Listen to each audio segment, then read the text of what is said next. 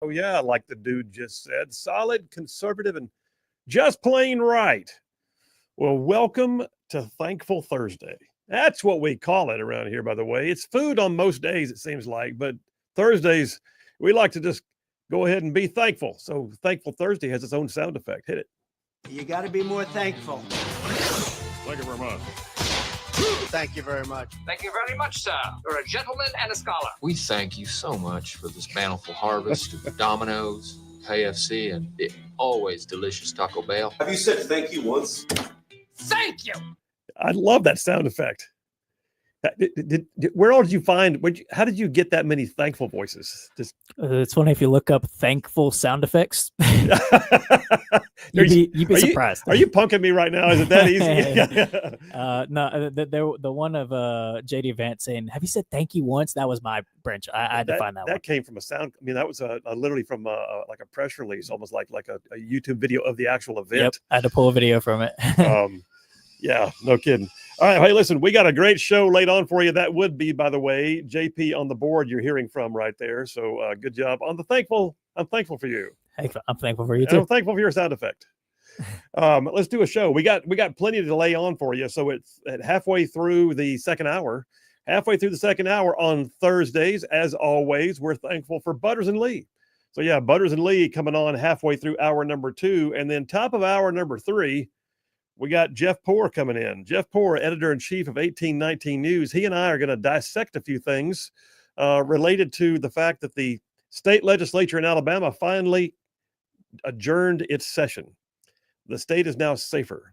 I can say that because I was one. I get it. But the truth of the matter is the legislative session that we just ended yesterday may be the one that everybody forgets about, because what did we see? What really happened? And what didn't happen? We'll talk about that with Jeff Poore, top of hour number 3. And then I still got a triple dipper just filled up with stuff. So hit it, man. The Triple Dipper. 3 stories you've got to know. That's right, the Triple Dipper. 3 stories, 3 themes, if you will, that you got to know as we run today's show. First out the gate, the Injunction Junction. That's where we are. Now, some of y'all began singing Schoolhouse Rock right when I said that, but the Injunction Junction. Nationwide injunctions levied by federal district courts around the country against Trump administration policies seem to be out of control. Arguments were held today in the Supreme Court to that very effect. What will the Supreme Court of the United States say on the matter? We'll talk about it in detail, to include some breaking news as the first dipper kicks off. Number 2, rewriting history. All right, I don't know if you've seen it or not. Tapper and Thompson got him a book, man. Tapper and Thompson got him a book, a tell-all. It tells everything about the Biden administration and the big cover-up of his dementia that we could all see plainly, but that the press wouldn't report on, to include Tapper. How do we feel about the fact that he's now rewriting history and profiting from it? We'll talk about that as number 2 on the Triple Dipper, rewriting history. And then in conjunction with our conversation with Jeff Poore, we're going to cook up a batch of home fries, a big old batch of home fries. Like, there's a lot to talk about. At the same time, it almost feels like there's not a lot to talk about. Kind of weird, but there it is. Home fries, number 3 on the Triple Dipper.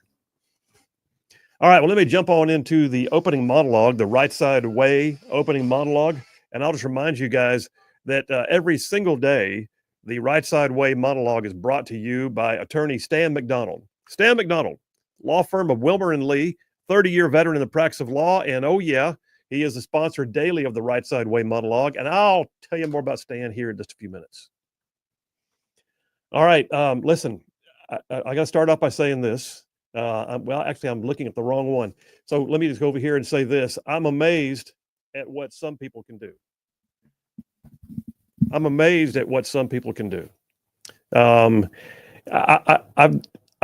looking at something like, sometimes it's the big dogs. It's the ones with all the looks. It's the money. It's the power. But you expect that, right? I'm actually more impressed, though, with people who are just everyday run-of-the-mill Joes and Janes, who basically step up and get busy, who see something that needs doing and something that needs saying and some dream they haven't followed yet. And the uncommon side of the common man just decides to start, right? And they wind up doing uncommon things. So I'll kick off this monologue, though, before I get into that, and say that all my life I've enjoyed reading. I do. I go back and forth between books that have some meaning, books that tell history, and then just, good old novels. I'm impressed by people that can use words with such descriptive ability. And you feel like you can actually see what the words are describing. You can read words on a page and get wrapped up in the emotions or the tensions or the joys of what's going on with the characters. And I've had some favorite authors over the years. And for nonfiction, all right, here you go. For nonfiction, I'm a big fan of a guy named John Krakauer. I'm not sure if you read his stuff or not. He wrote a book called Into Thin Air, a true recounting about a disastrous attempt to climb Mount Everest. It was one of the few times I can recall reading a book and actually shouting out loud when I read one passage about a man that everybody thought was dead, suddenly walking down off of Everest like a frozen zombie. All right, I love historical fiction too. A guy named Stephen Pressfield is one of my favorite historical fiction novelists. He wrote the book called Gates of Fire, about the 300 Spartans who stood in the way of the mighty Persian army at Thermopylae. It's a well-researched fiction based on reality that is so incredibly well done, it's been mandatory reading for young Army officers in military circles for years. All right, for nonfiction, I'm a huge fan of J. Oswald Sanders, who wrote a book called Spiritual Leadership. It's a book that I've talked about several times on this show. It's a book that's had a life-changing effect on me. And I also really love John Maxwell, the prolific writer on leadership principles, who's one of the few authors who actually has multiple books on my shelves in my study at home. And I tell you what, let me wrap up with this by saying, as long as I'm going into my favorites, I got to say that my newest addition to the favorite author list is Jack Carr, the former Navy SEAL who now writes a series of thrillers called the Terminal List series. Some of those are the most realistically written novels I have ever come across. All good stuff, all worthy of reads, all authors that I would love to meet personally someday. But here's the thing. Every one of those guys was not an author at one point. They weren't. They just had an idea. They were just common dudes. And they put their first word down on paper or in their computer. And what happened was sometimes quick and sometimes not so quick. But eventually, each one of those men became best-selling authors. And they were just common men doing uncommon things. But if I had to pick one guy who sparks my interest in reading, and for whom I have read nearly everything he wrote, it would have to be fictional author Tom Clancy.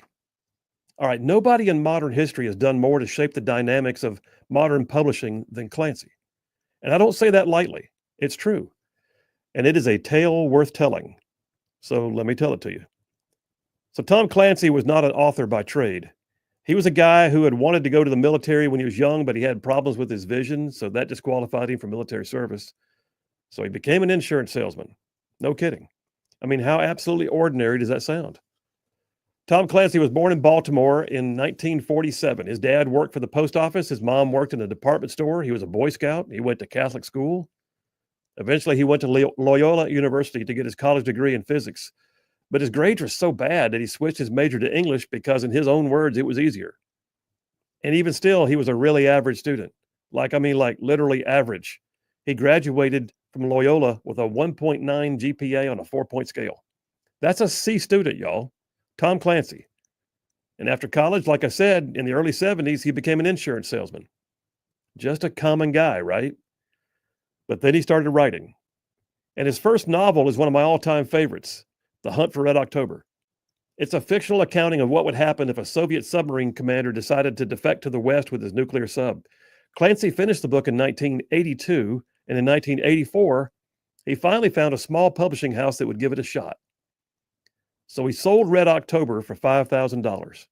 $5,000. It's chump change. The publisher, they hoped they would be able to sell maybe 5,000 copies, but it immediately sold 45,000 copies. That's interesting. But then something happened. Ronald Reagan read it, and he mentioned it once in public, saying that it was one of the best yarns he had ever read. And the sales immediately jumped to 300,000 in hardcover and over 2 million in paperback. His first book was a national bestseller. One of Reagan's senior staffers was so impressed with Clancy's technical ability to write about U.S. and Soviet intelligence and naval doctrine that he actually bought multiple copies and gave them out to all the staff in the West Wing. Rumors have abounded for years that the FBI actually spent time questioning Clancy to see where he got all his information for the book, but it was really just somebody who knew how to research and how to write. Tom Clancy is one of only a handful of authors to sell over 2 million copies of a first printing. Very few people have ever done that. And most of you know he continued writing in a big way. He had 17 of his novels become New York Times bestsellers. More than 100 million of his books have been sold. 8 of them have been made into movies or TV shows. 4 of them have been turned into best-selling video games. He made millions. He even became a part owner of the Baltimore Orioles baseball team. I once read his book, The Sum of All Fears, about a terrorist getting a nuclear device into the United States, and I was amazed at the depth of it. And there's one section in which the nuclear bomb is detonated, and Clancy, he literally took several pages to describe the splitting of the atom and the series of chain reactions that lead to the explosion. Pages for one explosion. In his book, Debt of Honor, I can still remember thinking the solution that his main character, Jack Ryan, came up with for bringing a crashed Wall Street back online was like simple genius. And I've actually used it when I've taught leadership multiple times. Tom Clancy was a really normal guy, just a common man. Somebody you might have passed in the grocery store and not even thought twice about, but he was an uncommon common man who did uncommon things. His writings are actually credited with having changed the publishing world, literally. The whole genre of modern military techno thrillers is now attributed to his work. Publishing houses opened whole new divisions just to look for more Clancy-style authors. He developed his own publishing empire. He helped to elevate other aspiring writers. His name actually became the banner under which other authors would then work. One pundit said that Clancy was to military literature what Starbucks was to coffee. I'm telling you, folks, it's as if the world suddenly had fiction, nonfiction, and Clancy, his own category. And I tell you all this, not because I want you to run out and buy a Tom Clancy novel, although you might. I tell you all of this because I don't want any one of you who's listening to this to underestimate your own abilities. You see, Clancy was the most common of uncommon men. He would go to do uncommon things, and he dined with presidents. He still looked like an insurance salesman, just a dude, like all of us, just a guy with a C average in college and no real thought about what was next, but he had an idea. He had an itch he had to scratch. And this notion that he could be a C student in English and still write a good book, well, he changed the literary world. And some of you out there have been sitting on an idea because you don't trust yourself. Or maybe you think of yourselves as being just too common to do the uncommon things. If there was ever a role model for doing something that nobody expected, it was Tom Clancy. I had a pastor once who gave one of the few sermons that was so good that I had to get a copy of it. His message was that sometimes what God calls us to do is just start. Just start. He used to say with some old man wisdom that many think but few know, and many are called but few go. And then he would say, just start. So that's my message for today. All you common folk, all of you uncommon common folk who could actually do uncommon things if you got started. I'm saying just start. Look at Tom Clancy. And that's a wrap for the Rightside Way. Yeah, it really is very cool when you stop and think about it. Tom Clancy changed the literary world. A C student in college, an insurance salesman. But man, can you imagine anybody surpassing his numbers? All I'm saying is there's a story in some of you. You just need to start. Phil Williams, Rightside Radio. Y'all stay tuned. We'll be right back.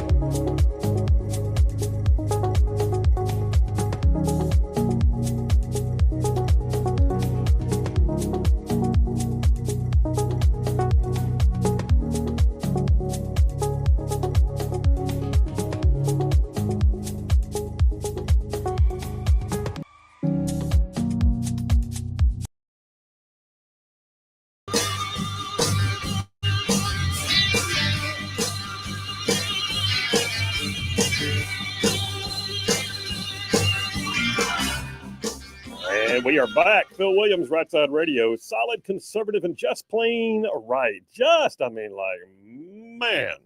Just saving the world one soundbite at a time. All right, listen, I got to tell you real quick before I go any further. First of all, text lines are open, 833-687-4448. That's 833-68-RIGHT. Text it or call it. Same number for both. But let me tell you about attorney Stan McDonald. Wow. Okay, so attorney Stan McDonald, partner at the law firm of Wilmer and Lee in Huntsville. If you're looking for an attorney in North Alabama, this might be your guy. And I'm going to tell you right now, I know him personally. I think the world of him. And I do believe he's not only a great lawyer, he is somebody who has been in the mix, in the fray, in the trenches on the conservative policies and politics that right-side ruffians care about. What I'm saying is he's one of us. There's that. However, I will also tell you, attorney Stan McDonald has represented his clients in literally thousands of real estate transactions over the years. He can stand up for you in any local, state, or federal court. I like to always say, Stan McDonald's on your side. You're going to have no greater friend. Likewise, your adversary is going to have no greater foe. So here's the deal. You want to get in touch with him, I'm going to tell you how. Ready? I'm going to give you his phone number. Stan McDonald. The law firm is Wilmer and Lee. He's an America First family man. Here's the number, 256-479-3020. That's Stan McDonald, 256-479-3020. And tell him you heard about it on Rightside Radio. And oh yeah, no representation made of the quality legal service being formed with great quality legal service for the lawyers. That's like a 9-9 right there. Was it really? Because I felt like I slurred towards the end. Well, that's why it's not a 10. Oh, okay. It was perfect up to that point. Fine. Thank you. By the way, did you have a chance to do that yesterday? I did. I think John gave me a 7-8. A 7-8. It was not great, but it wasn't horrible. I don't do it every day like you Well, do. thank you, by the way, for holding down the fort yesterday. No problem. Appreciate the opportunity. Yeah. Well, are you kidding? You know what? One of the most spectacular freedom moments in the world is to have to step away from something and realize somebody else can handle it and do it well. So yeah, you guys, thank you all you listeners also for your grace and for not wearing JP out yesterday while I was gone. I had a day of legal activity on behalf of one of my clients that involved me being out for the entire day, and I knew it would. So anyway, that's what's going to happen once in a while, and I'm glad to do it. Text lines, you got something on the social media? Yeah, we got a couple comments here. First is from Turgle on Rumble. Turgle says, "Nice hat there, Senator Colonel Phil." So why, thank you. That. Then we got another one in my regards. limited edition Rightside Radio. Yeah, hat. let's say we have another one in regards to your wardrobe. Says Gina King on YouTube says someone is trying to get bonus points with his shirt. Since you're wearing an Auburn shirt. Well, War Eagle. I do not concur with that. Yeah. So thank you very much. I know you don't concur, but then again, I don't say anything about your everyday Alabama shirts. Everything that's red is not Bama. Like I'm just wearing a maroon polo shirt today. Let's you and I be honest with each other. Mm-hmm. There's only one reason why you have a maroon shirt on. It's a nice shirt. Like I need people to back me up on the live stream. I just need you to go ahead and know that nobody wears a maroon shirt unless they're doing it because of their team. Well, notice I said maroon, not crimson. So there you go. Okay. All right. Hey, we got plenty going on. I'm going to come back from this break in a minute and catch up on some of your text messages because they are dropping in like crazy. And then we'll get into the injunction junction. Phil Williams, Rightside Radio. Y'all stay tuned. We will be right back.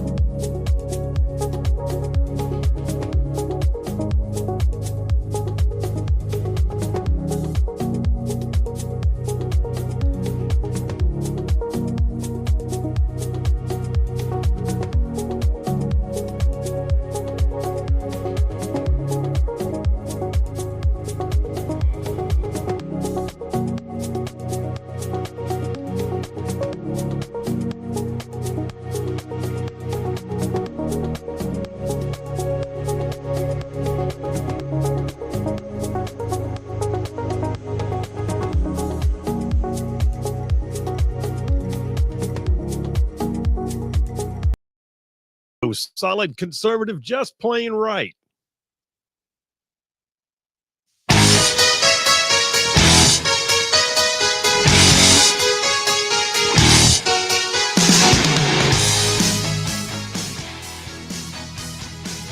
And we are back. Phil Williams, Rightside Radio. Solid conservative, just plain right. Just covering down on some major ground across the southeast U.S. of A. I'm talking about this show. It goes from like Huntsville back over to Chattanooga. I'm talking about from Tuscaloosa back over to Gadsden. I'm talking about down to that loveliest little village on the plains that we call Auburn, straight across the line to what we now once again call Fort Benning, Georgia. And then big old patches of North Georgia and Mississippi thrown in just for good measure. And that's just the radio. And we got a ton of y'all out there that live stream and watch it through podcast. And I'm going to tell you right now, we love this audience and we appreciate you. It's Thankful Thursday. We're thankful for y'all. Let me get some text messages in relation to the monologue a moment ago. John from Brownsboro says Einstein was bad at math. Go figure. That is crazy. Is that true? Really? Einstein was bad at math? I think he failed math actually in school. He was probably too smart for it. Mm-hmm. He was probably determined to go ahead and just tell him what the answer was without having to do the ciphering because he already knew. Still, isn't that amazing? Mark from Tony says, all people can do all things through Christ Jesus who strengthens them. Great monologue, Phil. I agree with that completely. Mark, thank you very much. He is risen. Scott from Russellville says, incredible monologue, Colonel. I definitely have to make sure my son in North Georgia listens to this. Thank you. Well, thank you. I appreciate that, Scott. Appreciate it very much.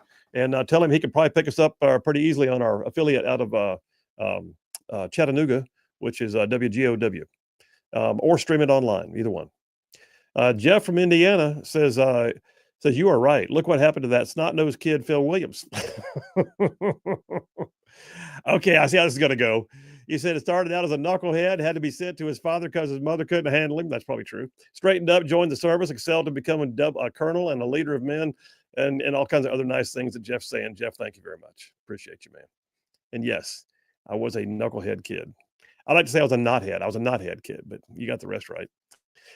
Michael from Huntsville says, the reason they chose a pope from America.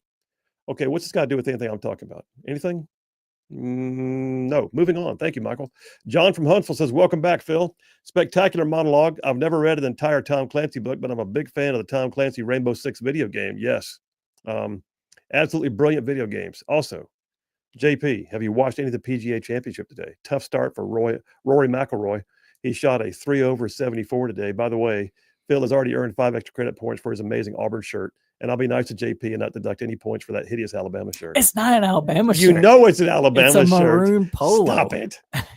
Listen, all right, just me and you talking right now, right? Uh-huh. Nobody else, just me and you. It's a Bama shirt, and we all know it. If I wanted to wear a Bama shirt, I'd wear one of my like 5 Bama polos. I didn't. So this is a maroon polo Okay, shirt. wait, now, was that shirt you like went out by yourself or somebody gave to you? I think my mom probably got it for me. Okay. Probably. We all know what happened then. No. Your mom said he needs one more Bama shirt for the repertoire. I've got a Bama shirt with the old logo, the new logo, the other logo. I got plenty to choose from, and I didn't. You're being far too sensitive. All right. Listen, we got plenty to talk about today. Any more comments on social media before I jump in? All right. Text lines will remain open. Text me your input as we go. First out the gate is the injunction junction. All right. By the way, how many of y'all, when I say that, immediately start singing Schoolhouse Rock? Do you know Schoolhouse Rock? Yeah, I didn't watch Injunction. I can't even say it. I didn't watch that growing up, but I know the song. Yes, I know how it goes. It was Conjunction Junction. Conjunction Junction. What's your function? Picking up phrases. Oh no, picking up words and making them phrases. Okay, that's the last time I'll sing on the air. But anyway, but as I was sitting here working on this dipper this morning early, that came to my mind. So the name of this dipper is the Injunction Junction. So there's a thing that we're seeing nationwide. I know all of y'all are tracking with it, but I'll rehash it anyway just to set the stage. We are seeing what I would call a pandemic, if you will, of nationwide blanket injunctions. Now, the injunction is something that is, I'm an attorney, so I get what it is and I know why it is. And I've actually sought them out myself on behalf of my clients. But I don't go seek it out for my client and then ask that the judge also, by the way, enjoin everybody else in the nation. That's not reasonable. I mean, I don't even go into, let's say, like, for instance, I was in a case in DeKalb County yesterday, and I saw the DeKalb County judge, and I said, Your Honor, I'm filing for a temporary restraining order or for injunctive relief of some kind. I need to ask that the actions of the other side not be allowed to continue. And the judge said, okay, and tell you what, Phil, I'm going to go ahead and do that for the whole state of Alabama. How much sense would that make? Because the whole state of Alabama is not in front of that judge. What we're watching right now is on the federal side, the federal district courts, and I've heard it said before, as an attorney, I do understand what it means, that the most powerful person in the world is not the president of the United States. It's a federal district court judge. Why? Because that's the only person in the world who's allowed to tell the president what to do. What do I mean by that? A federal district court can enter a ruling that stops or admonishes or directs the president of the United States, or anybody else for that matter, to take certain actions or not take certain actions, or to be found guilty or liable on certain issues. Everything that comes after that is just an appeal of what that judge did. So that judge is the originator. That judge is the court of origin. That federal district court judge is what we call the lower court or the trial court. And everything that happens after that is an appellate court that is dealing with the aftermath of that lower court decision. Therefore, the most powerful person in the world is a federal district court judge. I get it. Kind of cool. By the way, they're also appointed for what's called life for good cause. When you receive an appointment to the federal bench, you can stay there as long as you live or as long as you don't commit a crime, basically. Life or good cause. I've known one federal district court judge who was removed from office when it was found that he was having an illicit affair with one of his staffers. Kind of bad. But for the most part, a federal district court judge sits on that bench and becomes entrenched, if you will. Sometimes bad, sometimes good, but they become a fixture on the federal court in that area. We've got some in Alabama that have been around forever. We've got some in other states that have been around forever. We got some that grow old, and you think, will they ever retire or die? Do they not have grandkids? And then some of them just stay in for a short tenure and get back out. But a federal district court judge sees cases the same as anybody else, but we have an anomaly going right now because there is a trend among the federal bench to believe that they have a right to issue injunctions that have nationwide impact. What is an injunction, first of all? As an attorney, I'll just tell you right now, an injunction is designed to maintain the status quo. So let's say, for instance, I have a case. Just pick an idea. Let's pick an idea here. Let's say I have a case. Let's say it's an eviction case. Somebody's about to get evicted, but we believe they have no grounds to evict. So let's say I'm defending the person who's living in an apartment or a house, and the landlord wants to evict them, but the landlord is breaching the contract themselves. We believe they're acting onerously in some way. And so I go into court, and immediately I file for an injunction, and I ask the court to enjoin their actions to not be allowed to happen until we've had a chance to prove our case. So that's what an injunction does. It preserves the status quo. A court is not supposed to issue an injunction unless they can first say that to do so is necessary to maintain the status quo, and B, that the person asking for the injunction has what the law calls a reasonable expectation of prevailing on the merits. Okay, having said that, that rule applies across the board, state and federal. You've got to have a reasonable expectation of prevailing on the merits. So what we're watching right now with Democrats, with liberals, is they hate everything Trump is doing. And this is not, what we're watching right now is not a true effort to try the merits of cases. What we're watching right now is an effort to run out the clock, because they know that if they can tie up Trump in court and keep him there for a couple of years or more, they might be able to get to a point that he won't even have time to get it done because they've jammed him up for so long. I don't think we're seeing what I would call meritorious action in a lot of these. They'll come at you and go, well, those illegal Tren de Aragua murderers and rapists deserve more than what they're getting. Do they really? You really believe that? Well, we just don't think that anybody should be told they can't have birthright citizenship the moment they swim the Rio Grande, because we just think that everybody who comes here, including the 11 million who walked across the borders in the last few years, should automatically be U.S. citizens. We just think that. You do? You really? Some believe it, but some are just filing frivolous lawsuits because they hate Trump. Others are saying things like, well, we don't believe that the executive branch who runs the country should be allowed to tell people that they've lost their job. We want them all hired back. What, really? Some of these things are ridiculous. I've got a list here I'll go through in a minute. I've got one article called The 16 Most Egregious Nationwide Injunctions. But here's the thing. Before I get into what's happened today, just know this. The nationwide injunction is actually an anomaly. In the last 100 years, there have only been about 124 of those things issued, and 70 something of those have been against Trump. What does that tell you?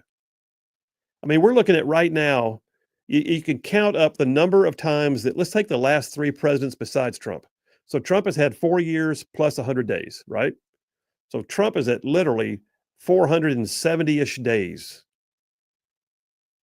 of time as a president. Obama had 8 years. George W. Bush had 8 years. Joe Biden had 4 years. Add them all up, you get 20 years. In 20 years of their presidency combined, Trump has now had 3 times as many nationwide injunctions against him than all of those 3 combined. Don't try and tell me that's just because, well, Trump just keeps doing things he shouldn't do, because you can go back and you can look at Joe Biden's record, and Joe Biden wrote every bit the number of executive orders that Trump did. And Joe Biden did have some nationwide injunctions, which, I don't know that I always care for those either. But the fact is, the level of judicial activism that we're seeing against Trump's efforts to right the ship of state, I do not believe there's anyone in their right mind, and I'm an attorney and I'll say it this way, both legally and as a citizen, I do not believe there's any way anyone in their right mind could say that's all because every single one of those cases had the expectation of prevailing on the merits. I don't at all. Okay, so having said that, why do they? Well, they do because they can, because no one's telling them I can't. You see, most of the time, an injunction is considered a remedy that should only be available for those that are standing in front of the bench. So in the example I gave a moment ago, whether I had a client, the judge is not going to look at me and go, Phil, I agree with you. You know what? Nobody should be evicted under standards like this. But I'm not sure yet because you haven't put on all the evidence. So I'm going to enjoin their actions. I'll maintain the status quo. By the way, I'm going to do it for all the state of Alabama. That would make no sense whatsoever. Well, a judge in Washington State who's dealing with the question of birthright citizenship, while it may be a constitutional question that could have other nationwide implications, the reality is, should they be allowed to enjoin everyone when everyone has not been joined to the case? And I would submit to you that that should be a very rare occasion. At the same time, there's a thing called a class action lawsuit. And a class action lawsuit is where you have a bunch of similarly situated plaintiffs who want to represent the much larger class of people who are infringed upon or facing some kind of onerous, behavior of the bad guy, and they all want to be represented. And so at that point, you literally have to apply to the courts to be considered as a class and then declared a class by court order before you can pursue the class action. And you know why they're not doing it? Because they don't have to right now, because no one's making them. So what we should be seeing, if anything, are nationwide injunctions as to national level class action cases, but we're not. We're watching activist judges do blanket nationwide injunctions. Well, the Supreme Court of the United States this morning heard arguments on this very issue, and it got kind of dicey. So we'll come back from this break and I'll tell you all about it. Phil Williams, Rightside Radio. Y'all stay tuned. We will be right back.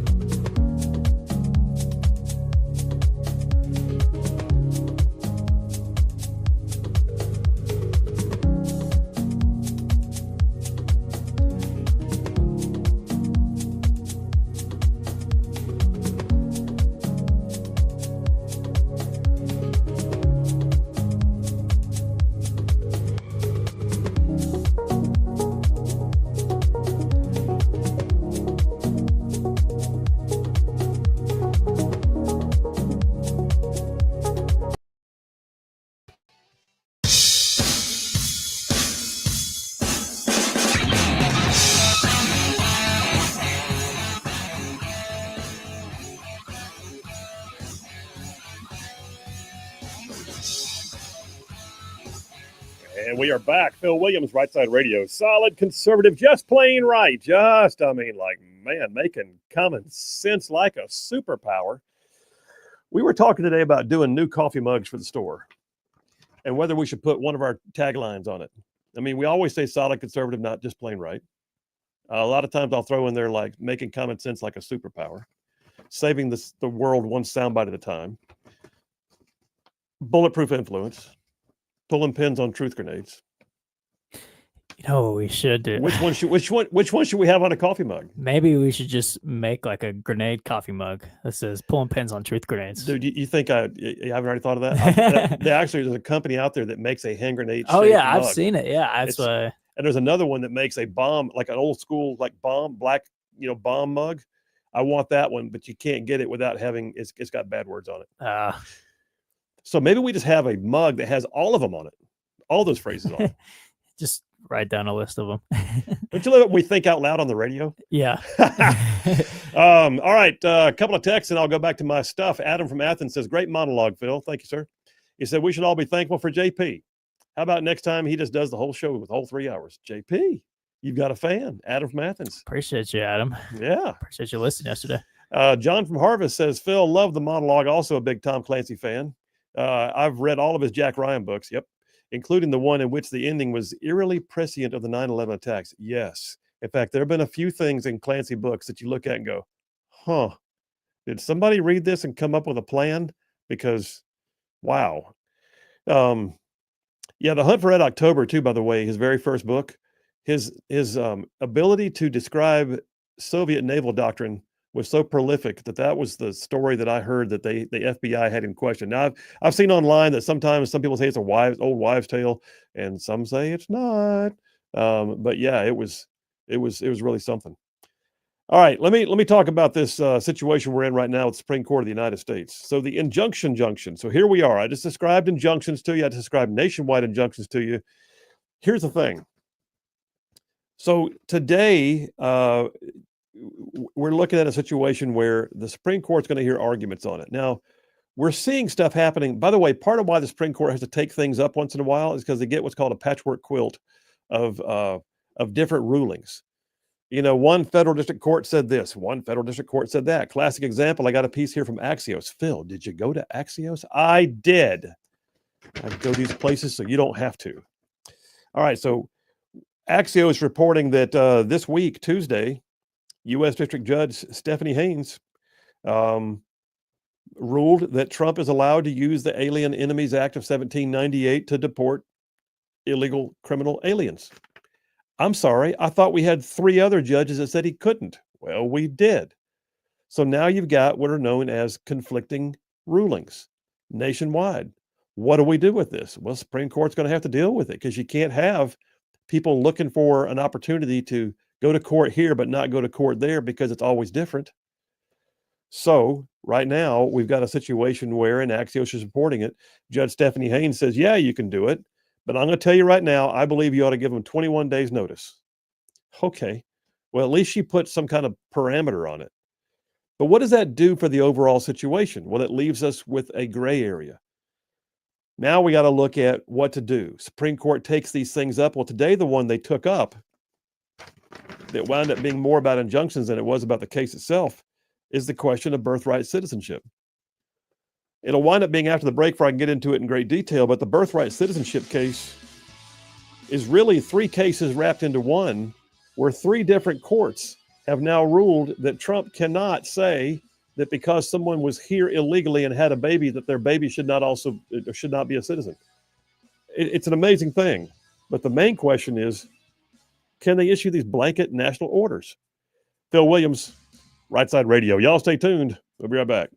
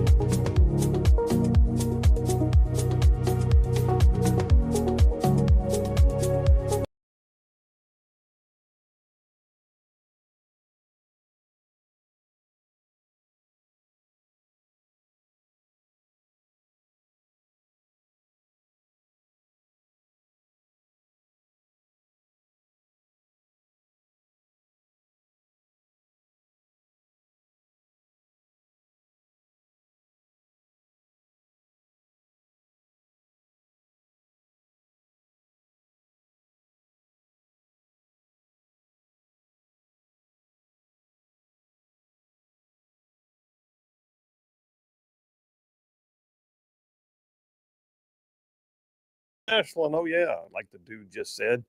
Solid conservative and just plain right.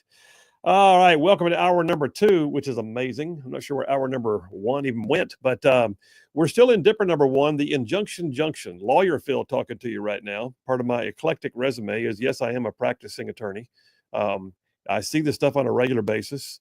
I don't see it to this level, but I am still impressed with it nonetheless. And I, by the way, I love the rule of law. I do. I love that we're a nation of laws, and I think that's important. I'm a great respecter of the courts. I'm a huge adherent to the idea of the Constitution being what I would call a black and white, as opposed to a developing or fluid document. It is what it is, in my opinion. And I'm a strict constructionist, if you will, an originalist.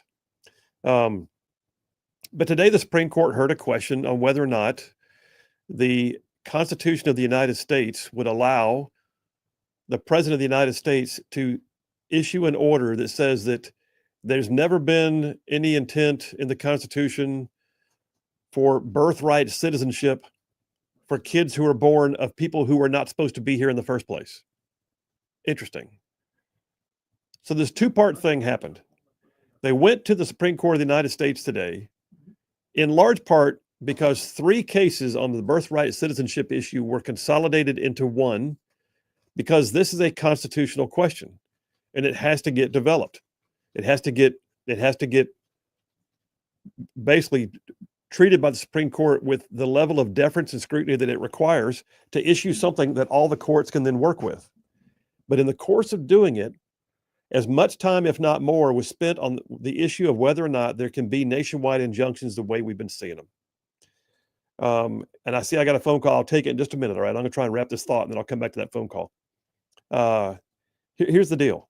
Supreme Court did hear the challenge today on the birthright citizenship. What we're seeing right now, critics are saying, and I'm looking at one up on the screen right now on the left, but critics are saying right now the Supreme Court appears to be skeptical of Trump's intent to interpret constitutional provisions on birthright citizenship the way he is. If that's the case, then 11 million people who came across our border are eligible to have kids and name them as U.S. citizens and immediately have an anchor baby, immediately have a means by which they can claim all the rights and benefits of being a U.S. citizen. And I just personally don't think that's what the founders intended. At the same time, the question about universal injunctions, well, where do we stand on that? What are they going to do on this? Because Trump signed more than 150 executive orders so far, and a lot of them been blocked. But this is no different than what Biden did, because Biden was his auto pen at least was a flurry of activity, just literally laying them out there. So what's being said right now by Jonathan Turley, whose legal commentary I just think the world of. By the way, if you like reading up on issues of the law, you ought to get on Jonathan Turley's email blast. It comes out probably 2 or 3 times a day. But he points out that when Biden and the Democrats returned to office, okay, bring me back up. Under President George W. Bush, there were 6 injunctions, which increased to 12 under Obama. When Trump came into office, it turned to 64. When Biden came to office, it dropped back to 14. So you're looking at, this is just not normal.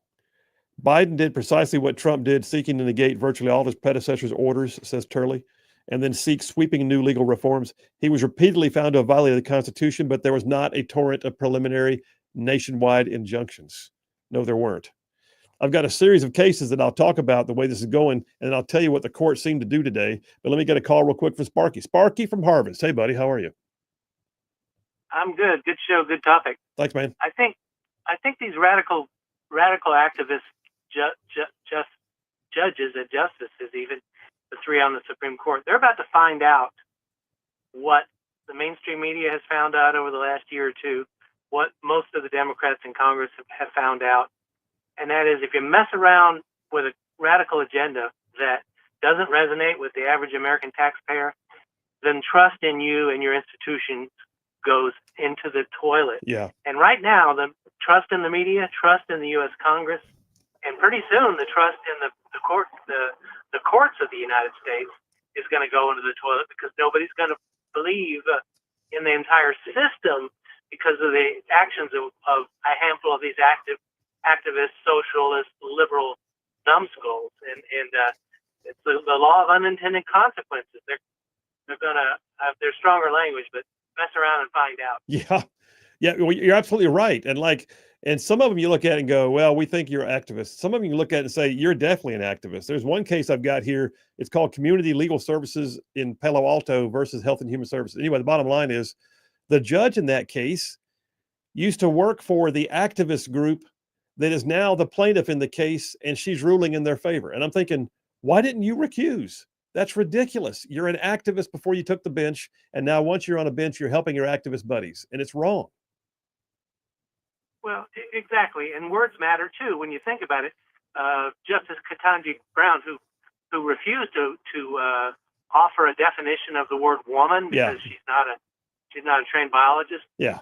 What is she going to do when any case comes before the Supreme Court that involves women's rights, women's status, and pick a topic? She would have to recuse herself because she doesn't know what a woman even is. Absolutely. Does that make any sense? Absolutely. It is nuts, and we deserve better. How about that? We sure do. Thanks, Spark. Appreciate you, man. Appreciate you. Thank you, baby. So let me put a lid on this portion of the segment, and I will tell you that today they did argue in front of the Supreme Court, and it got testy. And by the way, what's testy in the Supreme Court may seem calm in the rest of life, but for Supreme Court world, this is really testy. So first of all, I will tell you that at one point, Supreme Court Chief Justice John Roberts had to admonish Justice Sonia Sotomayor. She kept interrupting the Solicitor General for the U.S. So he's trying to answer a question, and she keeps interrupting him to the point that Chief Justice Roberts finally had to rein her in and say, would you excuse me, please? But I'd like to hear the end of his answer. And in Supreme Court world, that's called a smackdown. Just know that it is. But the other piece of this is that liberal Justice Elena Kagan went off on him at one point, saying every court has ruled against you, and if I were in your shoes, there's no way I'd even bring this this case before the court. So I thought, well, Why don't you just go ahead and give it away how you feel, ma'am? Thank you very much. I appreciate the fact that you're going to hear my arguments without predisposition. Now, granted, I know that judges are going to have sometimes their own notions and predispositions. They just will. They're people too. But they're not supposed to get on the bench and flag them. But we got some people that are polarizing on that bench. In the meantime, we're staring at the question, y'all, can we see an end or at least a reining in of the nationwide injunctions? And I think that's reasonable.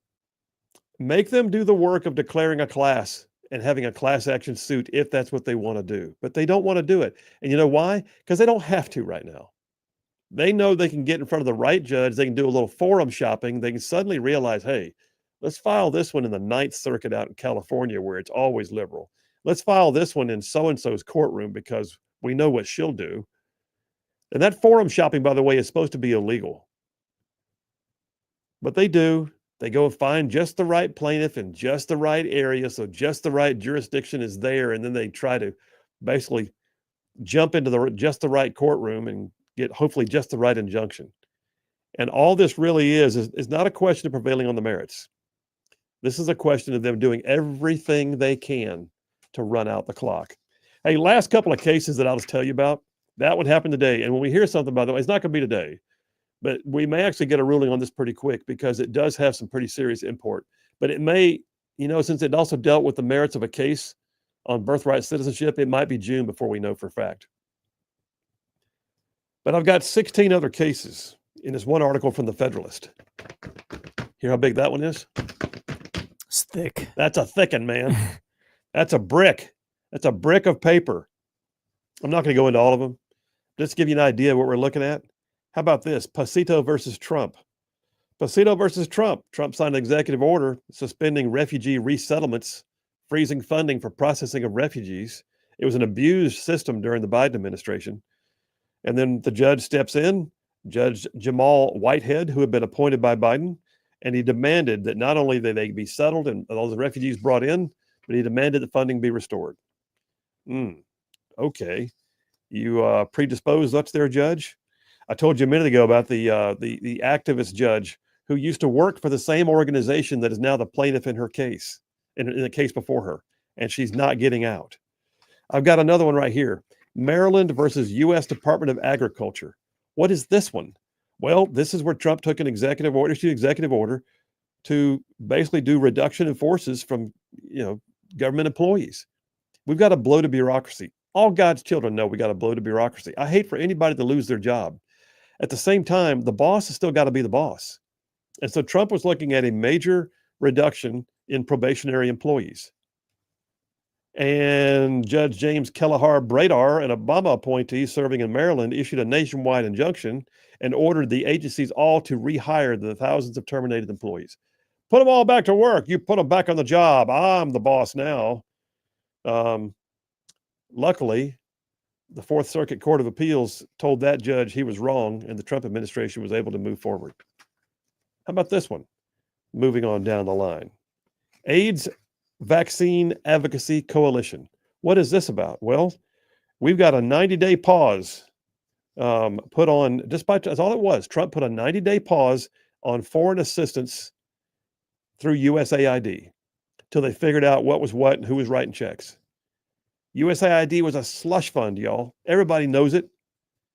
Well, there are two activist groups that work with AIDS victims worldwide, and they said they were harmed by the suspensions. They have to lay off staff, cut our budgets. Oh, you mean what businesses actually do?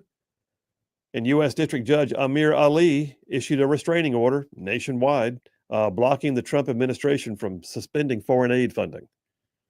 Luckily, the Supreme Court again stepped in and said that the administration was only required to pay those things for which the work had already been done. And after that, didn't have to. It's just, it's on and on. Never seen anything like it. I feel like lawfare has become the only thing the Democrats have right now. But we've got to start seeing some limitations, if you will, on this nationwide injunction issue. All right, that's enough of that. We'll come back from the break. I will take some text messages and get those caught up.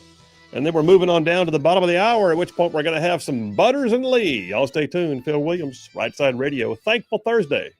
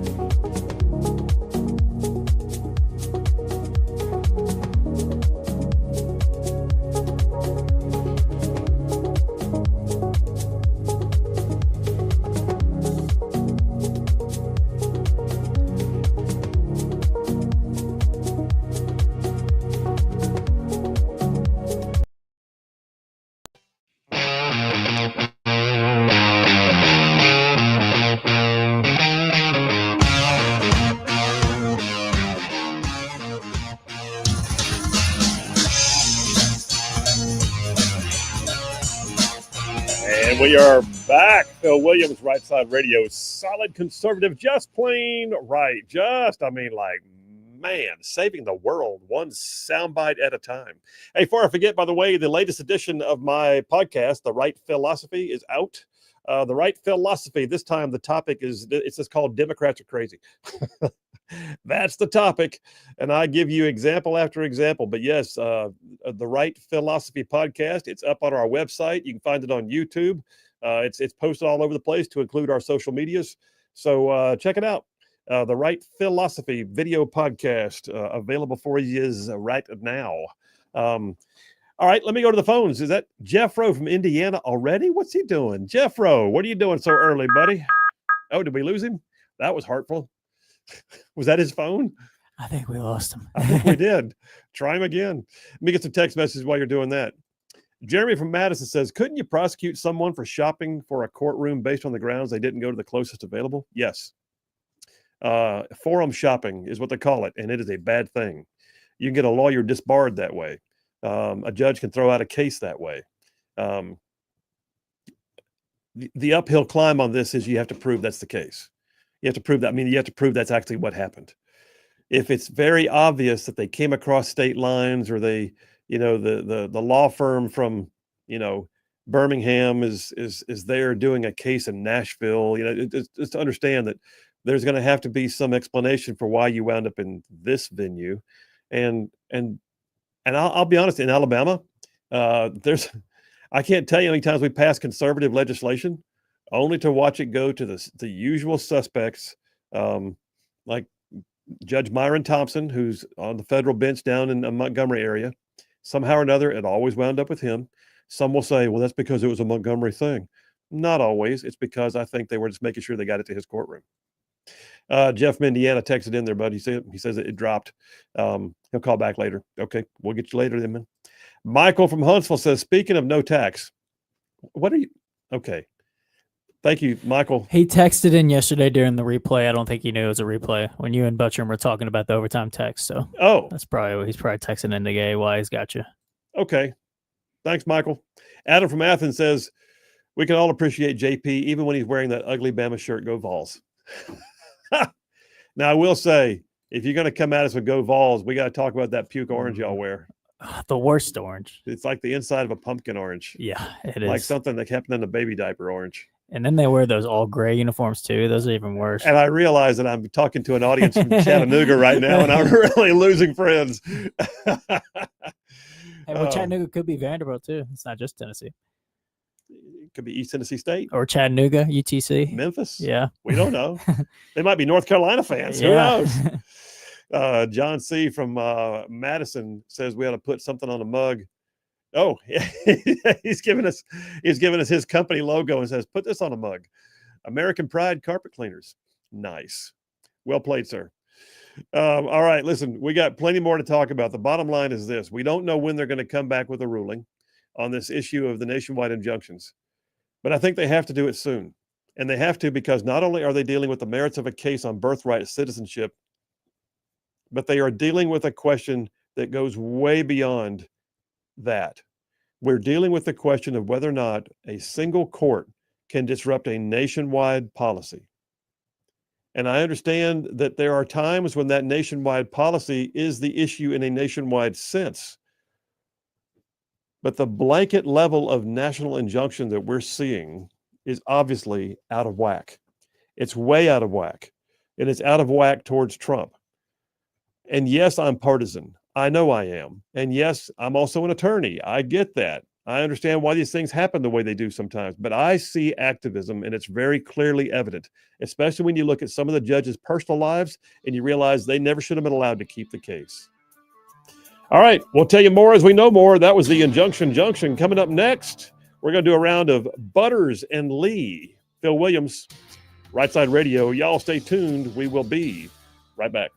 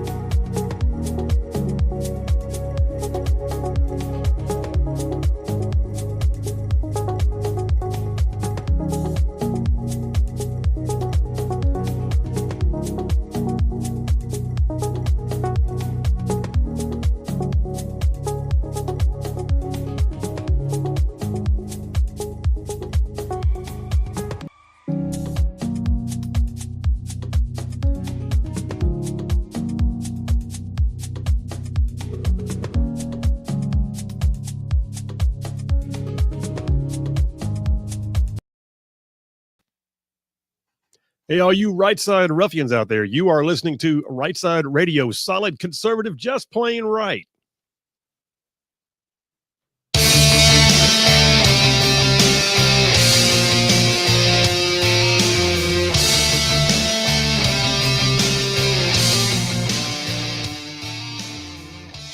And we are back. Phil Williams, Right Side Radio, solid conservative, just plain right. Just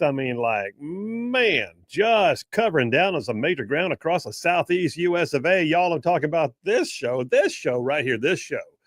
It goes like from Huntsville back over to Chattanooga. I'm talking about from Tuscaloosa back over to Gadsden. I mean, all the way down to that loveliest little village on the plains we call Auburn, straight across the border from there to next what we call Fort Benning. Yes, once again, Fort Benning. And then big old patches in North Georgia and Mississippi all thrown in just for good measure. And that is just the radio.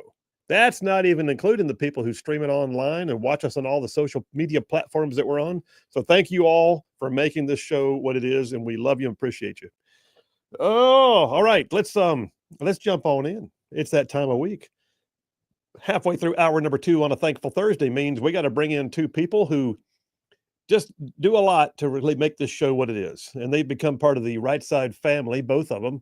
So let me just go ahead and call the roll. From up yonder in the Huntsville, from the Rocket City, the diva of punditry, the maven of all things madness, that would be Lee from Huntsville. How are you?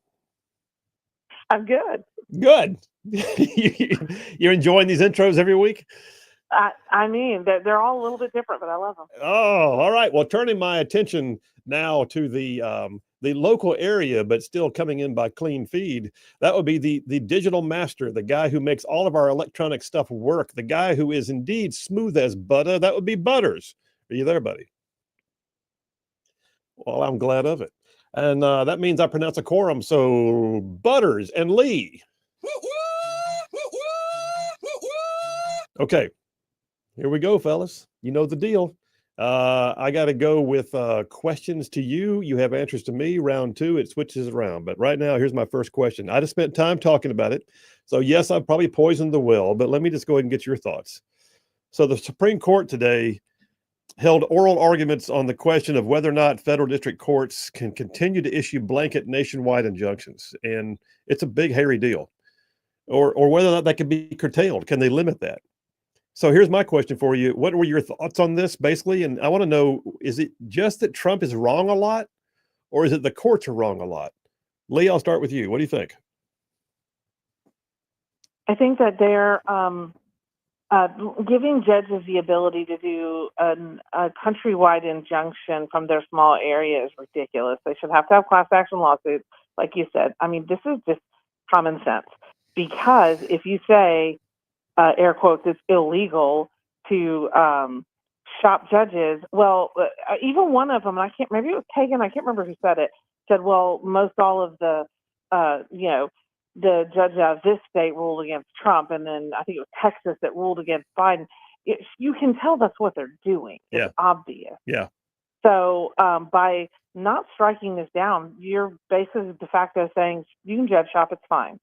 So that's what they would be endorsing. And this is a very, very important topic. This is fundamental. And really, a reassessment of the is it 14th Amendment should be done by, our senators and representatives. But they're not going to try and put new law in there. They just don't have the stomach for it. So this is the only way I think Trump sees he can get it done. Well, okay, great points, and I love what you said there about the fact that if they don't curtail the nationwide injunction, then they're basically sanctioning forum shopping. That's I had not verbalized it that way in my mind, and that was really good. All right, so Butterman, what do you think? I mean, nationwide injunctions. I happen to know you have a lawyer in the family, so what are your thoughts on this?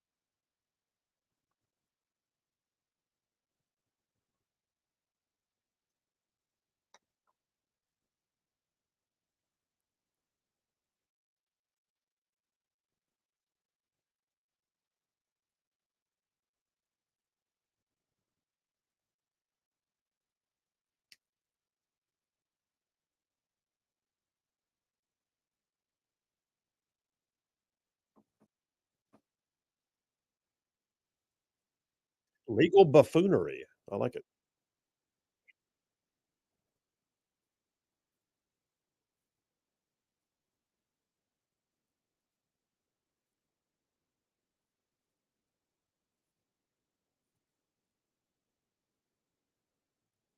Well, yeah, and I think and you're kind of talking through the merits of the cases themselves, like the court can't tell an executive that he can't fire people, that kind of thing. The court, but the question of just the nationwide injunction, what do you think about the idea of a court, like say in Washington State, enjoining the people of Alabama from doing certain things?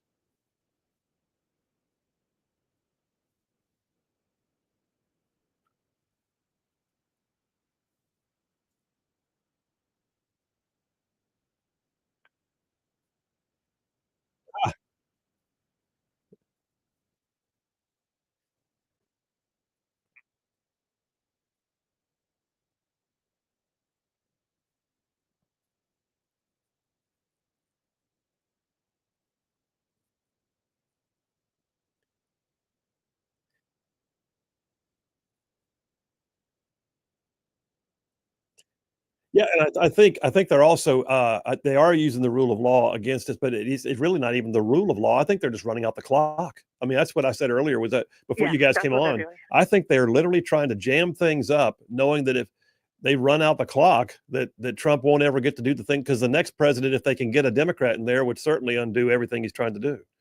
Exactly.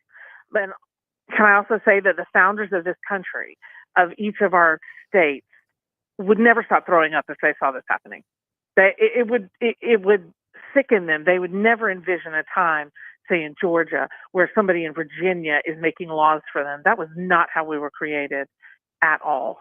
Well, and federalism would say the states do have rights. There is a 10th Amendment that says states do have rights, but a federal district court is dealing with questions of federal law that transcend state borders. So I do understand that. I know y'all do too. But what I'm saying is, it's the nationwide injunction that we're looking at. That's Exactly. it's and by the way, when a judge does that, when a judge does a nationwide injunction, the judge is basically opining that they believe that there is a reason that the merits of the case would go in the favor of the person asking for the injunction. In other words, they've already sort of predisposed to a degree that they're leaning in that direction, and it's madness. All right, I agree.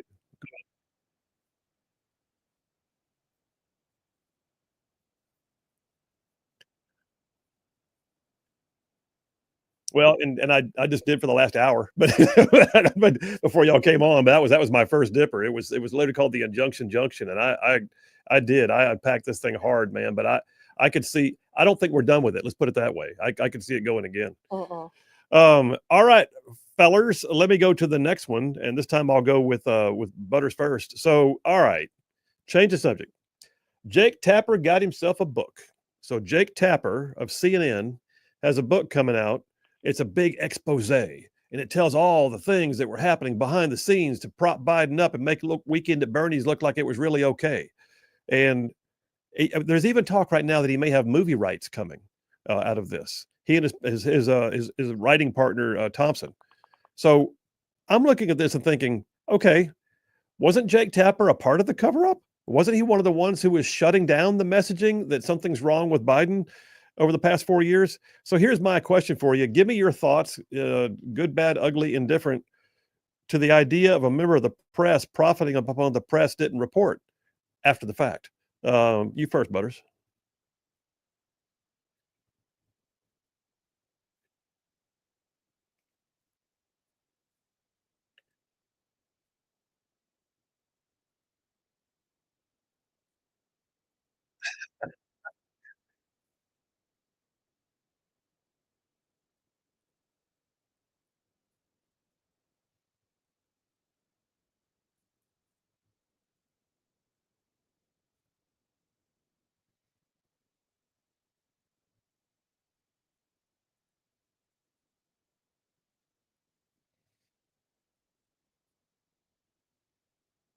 Yeah.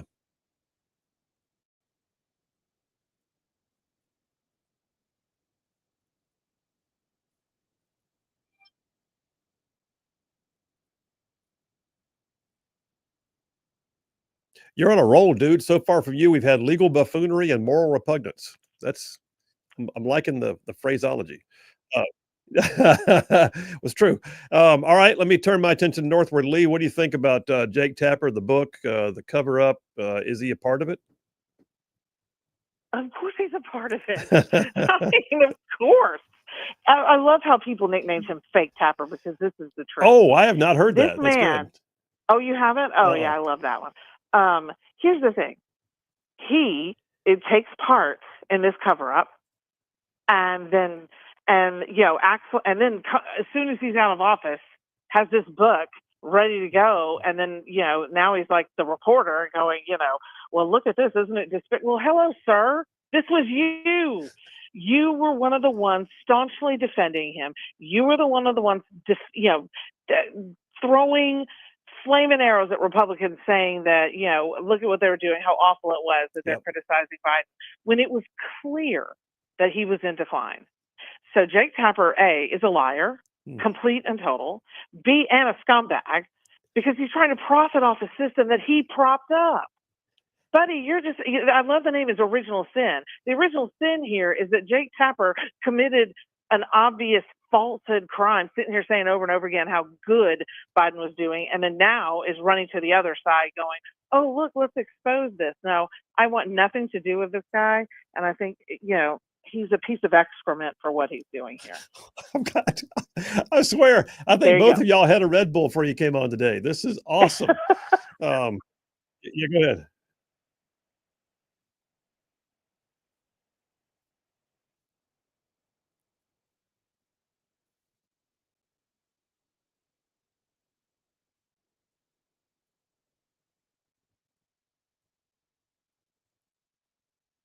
Yeah. He just wants to make money because he's slimy. It what'd be interesting is if he ever actually came out and did a book and saying what I helped cover up. That would be quite the expose. But he's not doing it. I got it. I don't know what the statute of limitations is on a free and adequate press. All right. Hey, listen, we got to take a break right now. It's round one with Butters and Lee. We'll take the break. We'll come right back, flip the script, and they're going to wind up asking me the questions, and I just hope I have an answer. Phil Williams, Rightside Radio. Y'all stay tuned. We will be right back.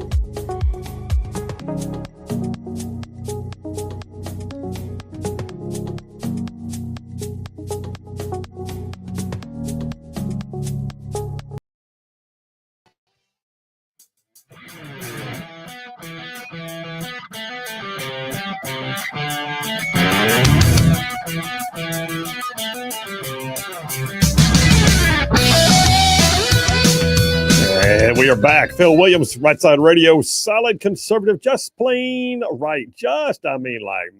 Pulling pins on truth grenades. All right, so we're going right back to it. Round 2 of Butters and Lee. We flipped the script. They asked me the questions. So I'm going ladies first again. Pray tell, Lee, what have you got?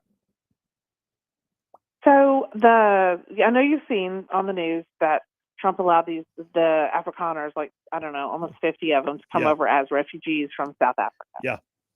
And there's been quite the reaction from the crowd that usually is extraordinarily pro-refugee.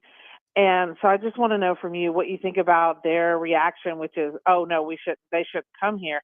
Do you think it's a component of they don't look like typical refugees being white, or that some people also criticize because they seem to have possessions, like they had luggage and things like that?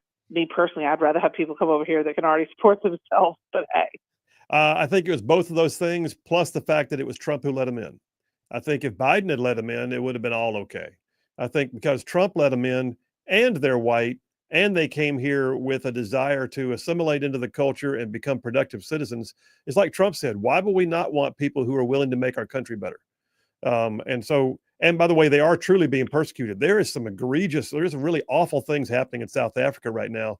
And not that they don't have a negative history. I get it. They did. Apartheid was horrible, but they have now flipped that script, and all of a sudden it's okay, apparently, in their government to be absolutely racist against whites, which is the opposite of what they said they were going to do when they, became an integrated nation.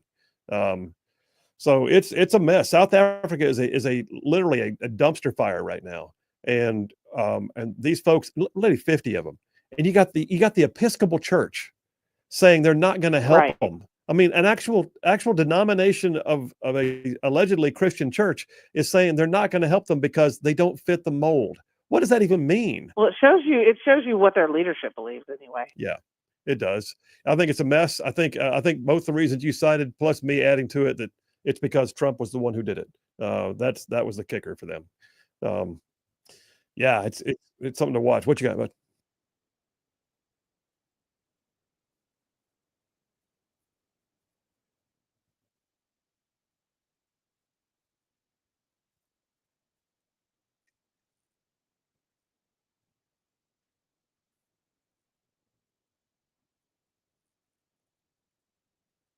Yeah.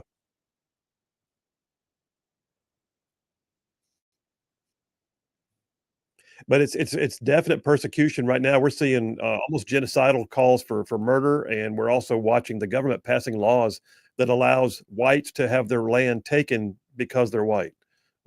It's bizarre, but Trump did the right thing by letting some people in who just desperately wanted to get a better life in an actual true persecution. Not just my country's bad and I want to leave it. We're talking about we're going to be killed if we stay here.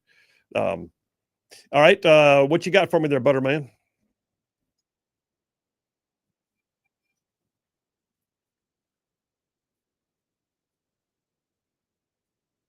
Okay.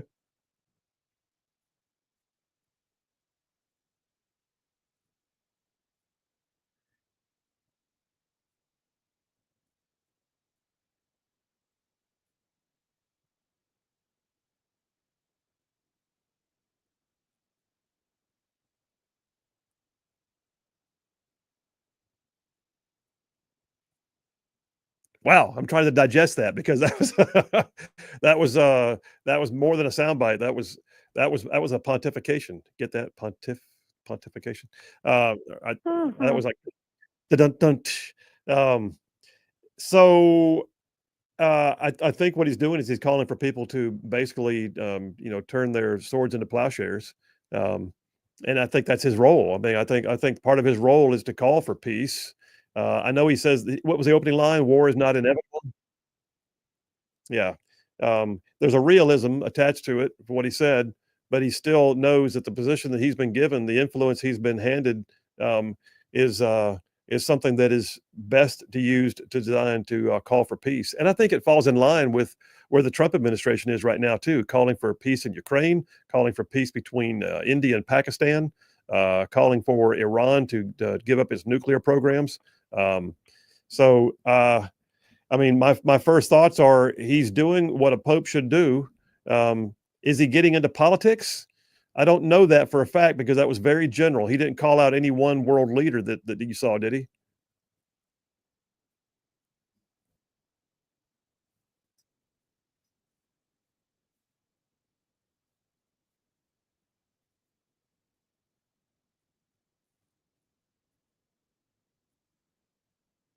Yeah. I think you and I both went to war though we went to war to help secure the peace. Although really, I mean, we weren't like the conquering, land grabbing colonialism entities that the left would tell us we are. We weren't. That is very interesting. Oh, and the music's playing. All right. And by the way, I just figured out what you were doing a minute ago, trying to get me to say that we have a new podcast coming up there, Butters. Now, all right, Butters and Lee, appreciate you both. Phil Williams, Rightside Radio. Y'all stay tuned. We'll be right back.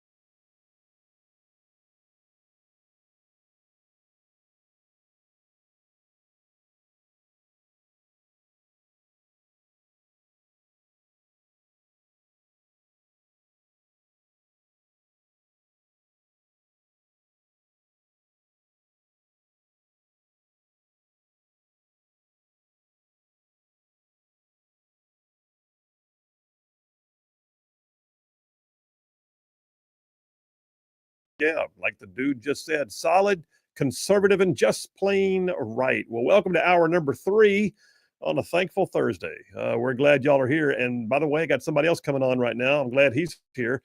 So Jeff Poor is with us every week on the Grand Council that we do on Wednesdays. But Jeff Poor also has his own gig going on. I mean, he is got the host of his own radio show down on FM Talk 106.5 in the mornings down in Mobile. He's also the editor-in-chief of 1819 News. He's got a long history of working with folks like Breitbart and Tucker Carlson and others, and with Lanyap. And anyway, he's on the line right now. Jeff Poor, how you doing, buddy? I am present. You are indeed. And are you recovered yet from the fact that the legislative session is over? I was telling my listeners this, and you know how like talk radio listeners can be. We're talking about a new state house, and oh, come on, guy, they can just meet in tents. Who cares? But like in real time on the airwaves, Senator, my health deteriorated, like literally. I believe it. And you could hear like my voice. Yes. I started sounding like Alex Jones before the end of the session. Well, yeah. So for those who don't know, they are building a new state house, which raised eyebrows. But I worked in that state house for 8 years.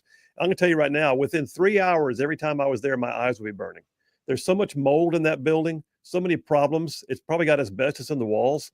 And listen, brother, when we took apart the Senate chamber to put new desks in, because we had these old Formica desks from the 1960s or 70s, we were finding, like, we've been sitting in mold. It was everywhere. There were even dead rats inside some of the desks. It was just gross. So it couldn't have happened sooner. One more year of this place, and then they're not going to be able to tear it down, Senator. They're going to take it. They can't just like implode it, because it will, go into the atmosphere. They're going to have to like surgically take it apart. That's my understanding. Holy crap! That building has been so added on to. It wasn't even meant to be a legislative building. I mean, it wasn't the State House. It was what, Department of Transportation or something like that. You're right. Yeah, back before it was transportation, it was just a highway department. Yeah. It was, and it was. They basically carved up the building inside to make it something that it was never intended to be. And then people. I mean, I think it was 2008. They had a massive flood, and there's a tunnel under the building, and the tunnel was like 6 feet deep, and mold got all up through the building at that point. It was Gemma Wagner, a longtime state senator, I guess also a state House member, but he was there in the early 80s. They were meeting at the Capitol. A lot of people think you meet at the Capitol, with a dome, but that's not true. You meet behind the Capitol. That's right. In this old highway building. But he was there when they were still meeting in the old House chamber and the old Senate chamber, and it was not good what they were doing. So they said, well, you know what? For now, we will put you in this building, and then when we are ready for we'll build you a new building. And that was like 82 or 83 or something. And they've been kind of in this temporary situation since then. Yeah, it's really nuts. And I remember when we redid the Senate chamber, we had the carpets were all stained. Everything was kind of a mess. And we actually used prison labor to build the desks and put them in and all that. And I asked Del Marsh, who was our Senate pro tem at the time, I said, Del, what do you think, man? He says, Phil, now it looks like a place where we should be passing laws. And I thought, well, that was a very telling thing to say. But let me ask you, man, you spend as much time during the legislative session in that state house as members of the legislature do. You do a great job of really reporting live and being a member of the press corps there. In your opinion, this legislative session we just saw, is anybody going to remember it? It'll be remembered for, I think, maybe the prelude before the straw broke the camel's back. There's what I will remember about this is, for the first time, senators are really starting to kind of ask, well, why are we here? Why do we have what's the point of our supermajority? Yeah. Why bother with this? And you kind of sense that frustration, and even the pro tem finally said, we're gonna have to do something to fix this. So I think they're going to look at it, some kind of organizational session to change the rules between now and when they gavel in 2026. Well, they should. And for those who don't know, there are true Senate and House rules. You have to go by the rules. There's a decorum, there's an order, and there are things you're allowed to do and not allowed to do, or certain orders in which you have to do them. And I get that, and that's all real. But we're also bound to certain rules that are archaic. They date back to times we didn't have copy machines. That's why Democrats love to use read the bill at length, which means have somebody have to stand there and read the bill, which is nothing but a punitive measure because Democrats can't pass anything right now. And that dates back to before they had copy machines, and not everybody could have a copy of the bill. They wanted it read at length. Well, I'll tell you something else, though.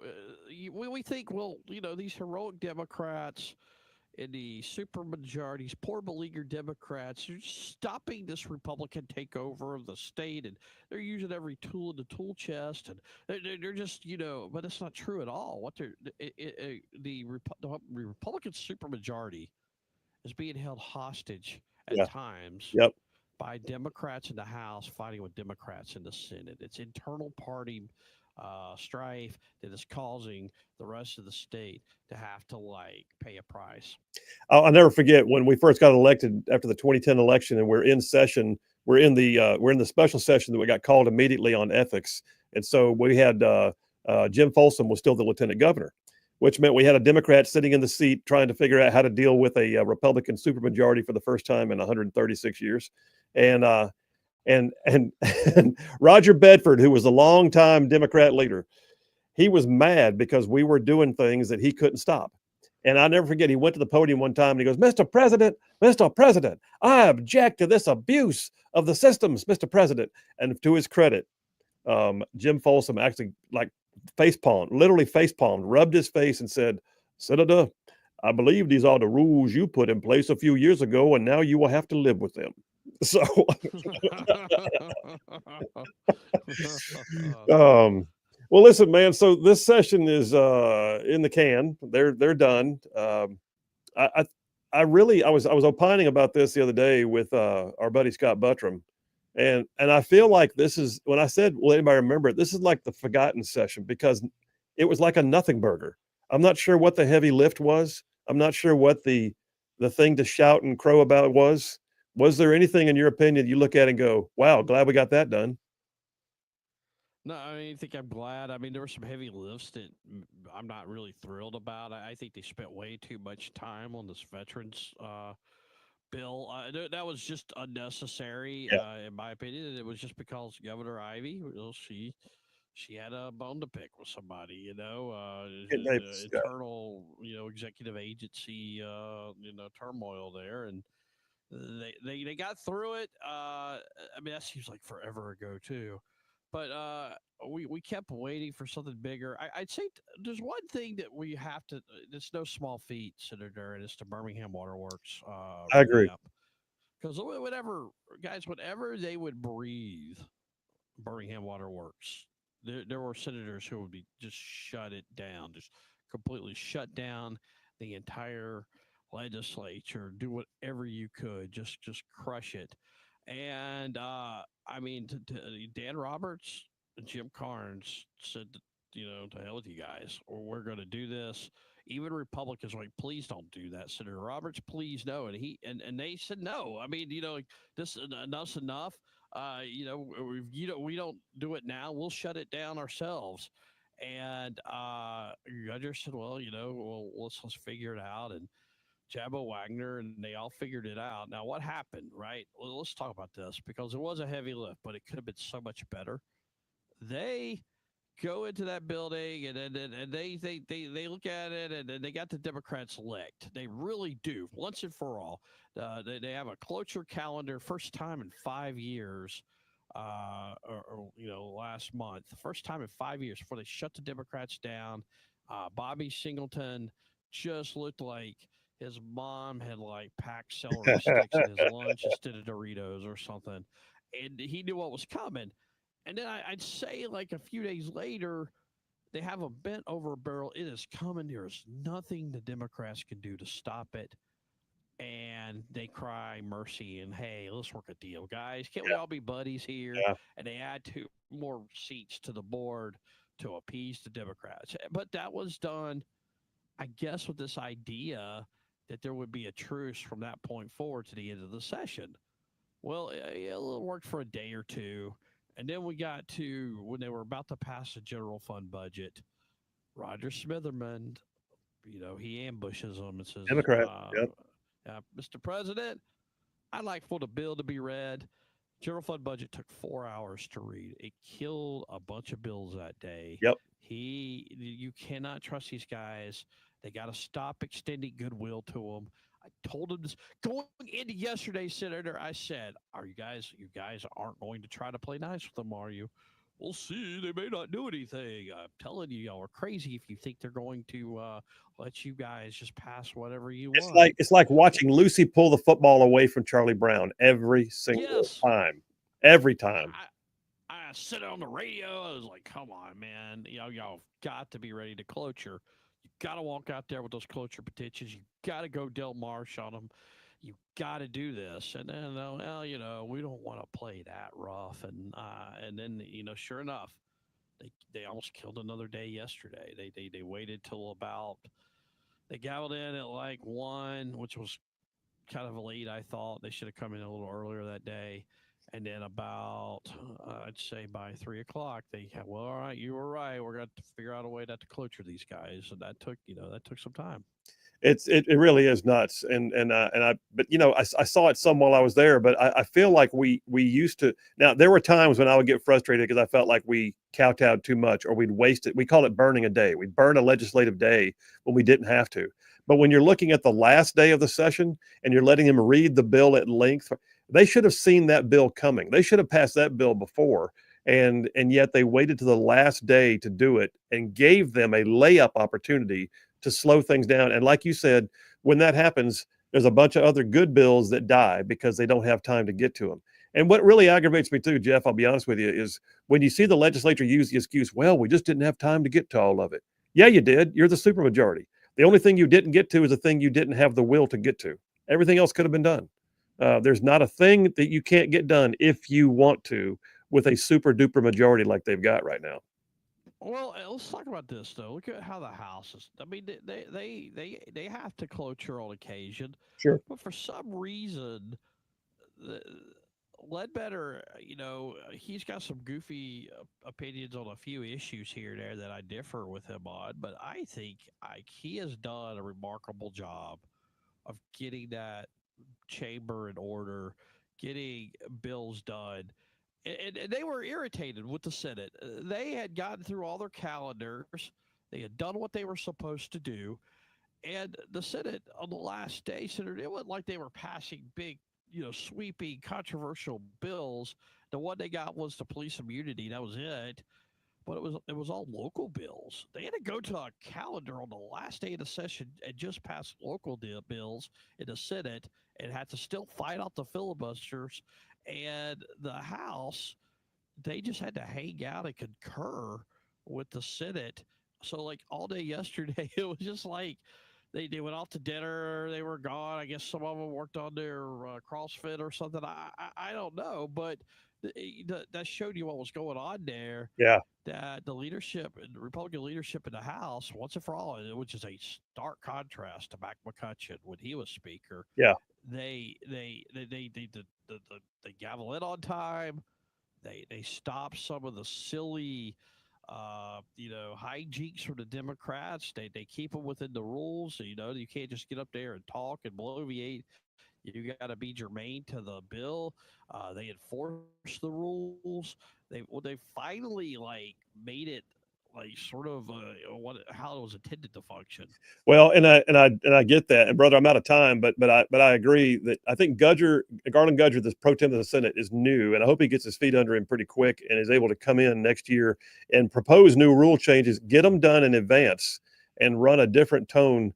I do not like it when the House, which has 105 worker bees running around, is somehow more orderly than the Senate, which only has 35. But one more thing, real quick. One more thing, real quick. And it was this. They were testing Gudger the whole time. I think they bit off more than they were supposed to, and they're going to pay a price for it. And rightfully so. Got to go, brother. Appreciate you. Jeff Poor, 1819 News, and the Jeff Poor Show on FM Talk 106.5 in Mobile. All right, come right back. I'll keep that thread going because some unique stuff happened and didn't happen in Montgomery. Phil Williams, Rightside Radio. Y'all stay tuned. We will be right back.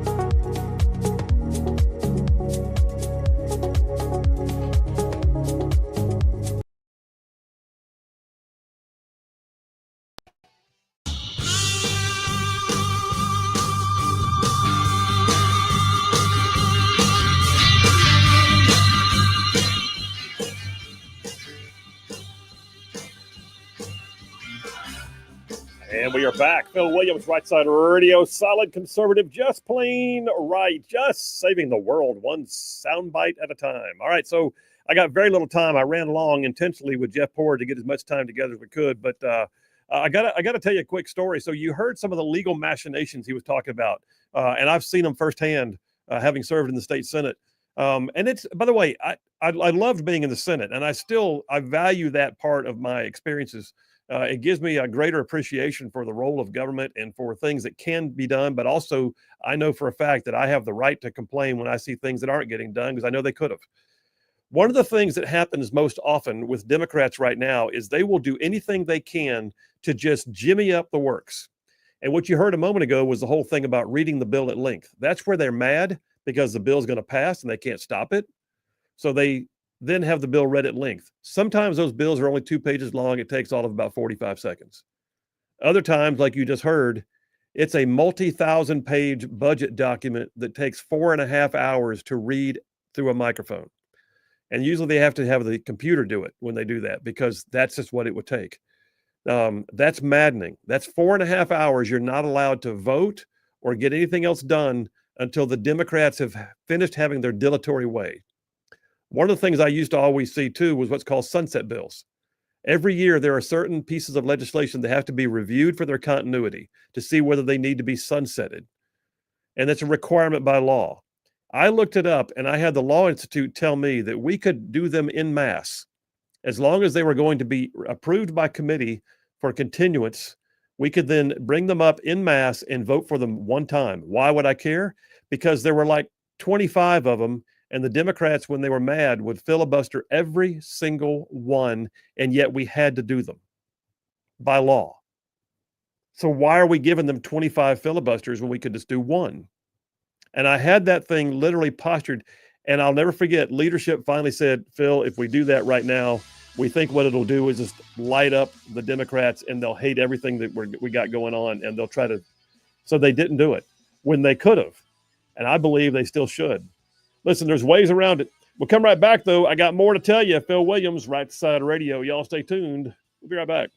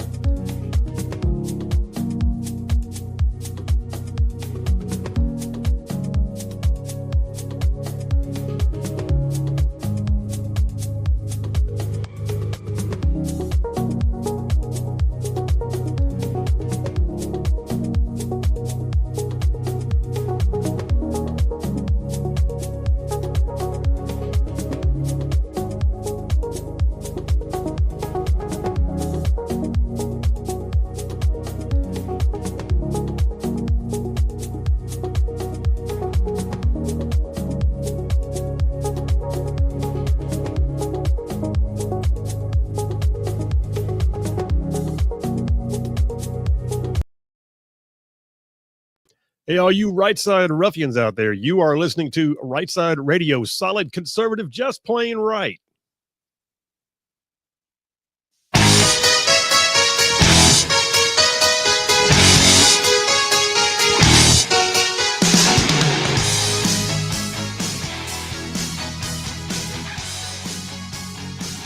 And we are back. Phil Williams, Rightside Radio, solid conservative, just plain right. Just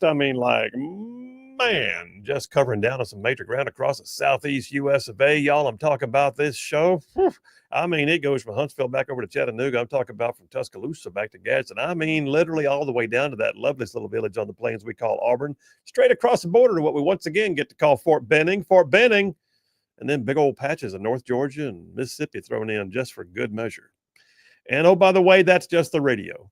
That doesn't even include our big old watching and listening audience online and through podcasting. We appreciate all of you, and thank you very much for being a part of the Rightside Ruffian family. So several things going on down yonder in Montgomery. So first of all, just know this, you're about to see politics kick off in a big way. They did pass a resolution. I hold it here in my calloused former paratrooper hands. Yellowhammer News reports that the primary election next year will now be moved to May 19th instead of May 26th. The reason being is people were afraid that having the election on the day after Memorial Day would be something that would make it difficult because people are taking vacations and doing all that. Anyway, the bottom line is it's now going to be on May 19th. What does that mean for us now? I mean, like, okay, why do I care? Why do you care? Because that means in Alabama, the law is you can begin raising money and formally announcing and pursuing your campaign for state offices exactly 1 year from the primary. What that means is next week, you're going to start seeing a bunch of announcements. You're going to start seeing candidates rolling things out. Every single member of the state legislature and every single statewide office holder in Alabama's politics is about to be up for election. And it starts next week, believe it or not. You're going to be inundated. It's going to be the thing, man. It's going to be the thing. We had several things happen during this legislative session. Tennessee already finished theirs. I've talked about theirs several times. They passed school choice. They did a lot of things. There were several things that Alabama got done that I'm like, okay, good. One of which I am glad they cracked down on the hemp THC products that were being sold in convenience stores everywhere.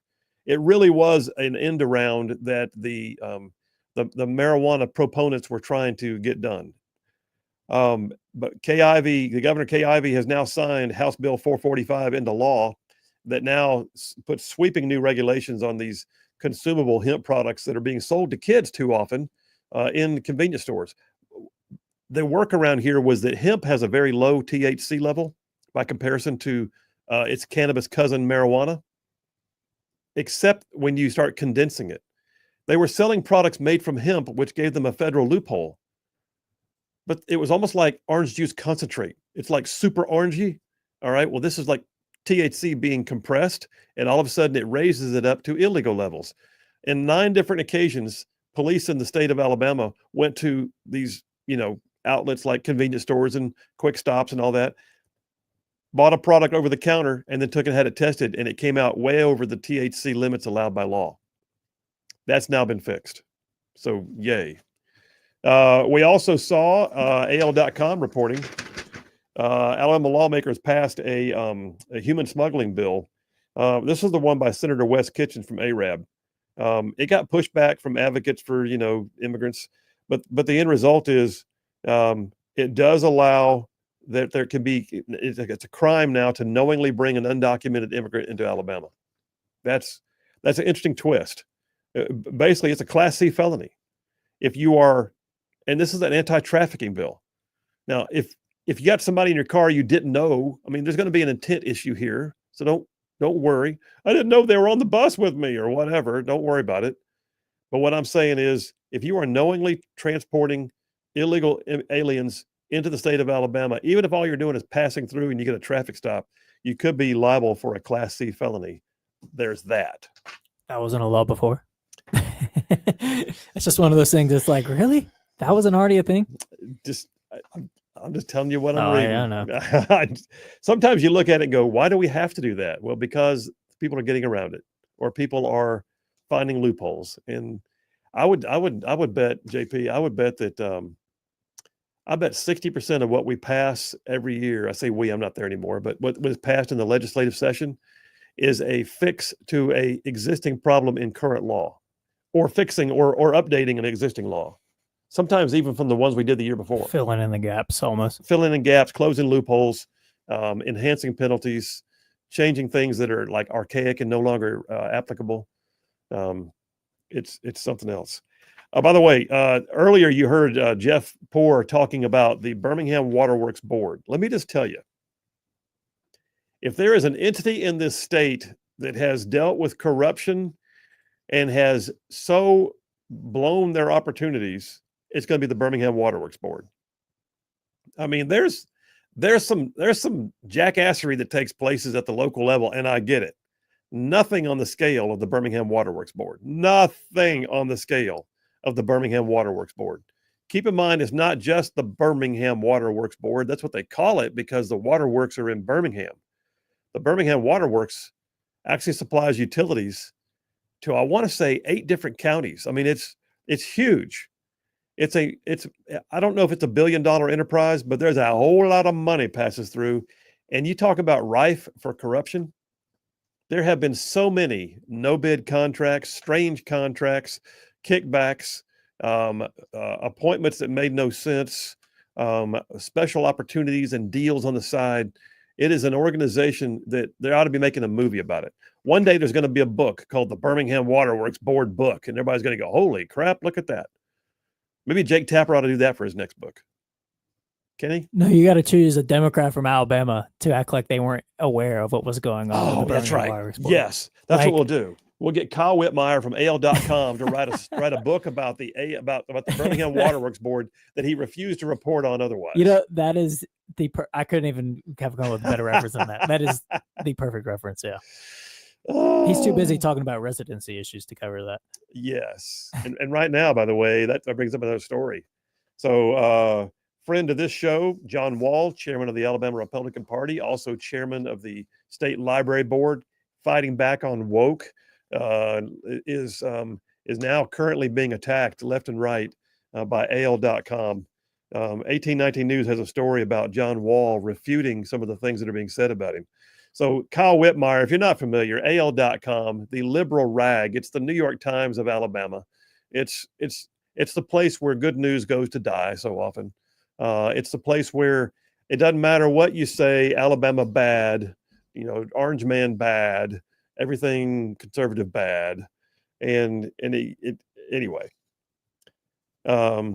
they came out with stories, and you look at it and go, wait a minute, what's happening? Why are they attacking John Wall? Well, first of all, he's pushing back on their woke agenda through the library board. That's happening left and right. Secondly, and he mentioned in this article, so I'll just go ahead and say, there has been talk about whether he's going to be running for office in the next election cycle. And so they're trying to get out there and sort of shut that down. So now they're claiming that there's strange things going on. John Wall had a Tennessee driver's license. So freaking what? He was starting to move to Tennessee some years ago before he was the chairman of the Republican Party, and he hadn't changed his license back. He lives here. He lives in Athens. He runs a butterfly farm of all things. But I don't know about this. John Wall, it's very strange.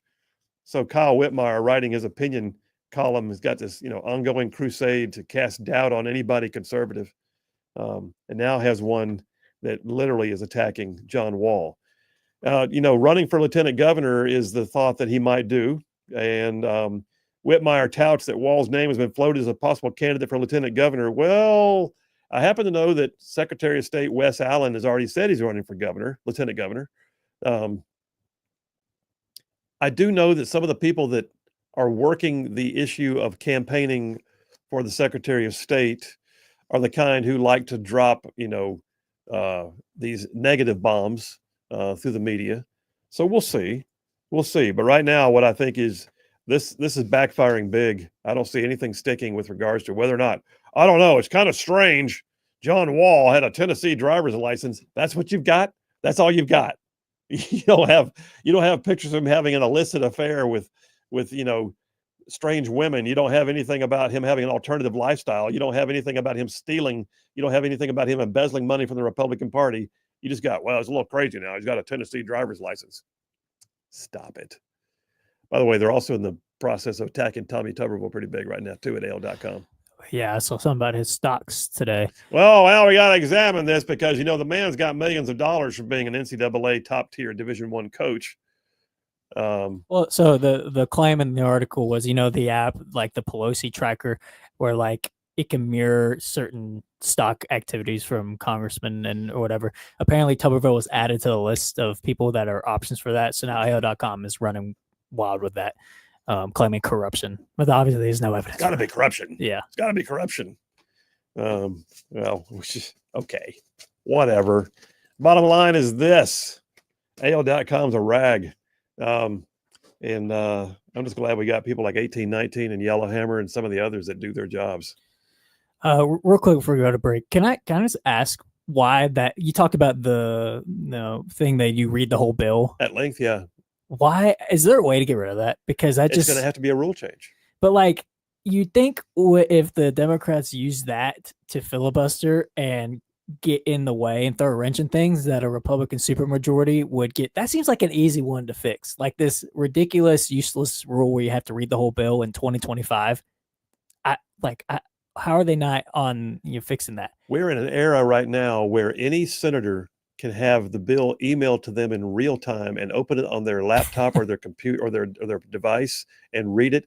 Or here's the thing: you can actually walk up to the desk in the Senate chamber or call your secretary down the hall and say, "Print me House Bill so-and-so," and you'll have it within minutes, just like that. I did it. I can't tell you how many times because I like to line things out and and write on it and all that kind of stuff.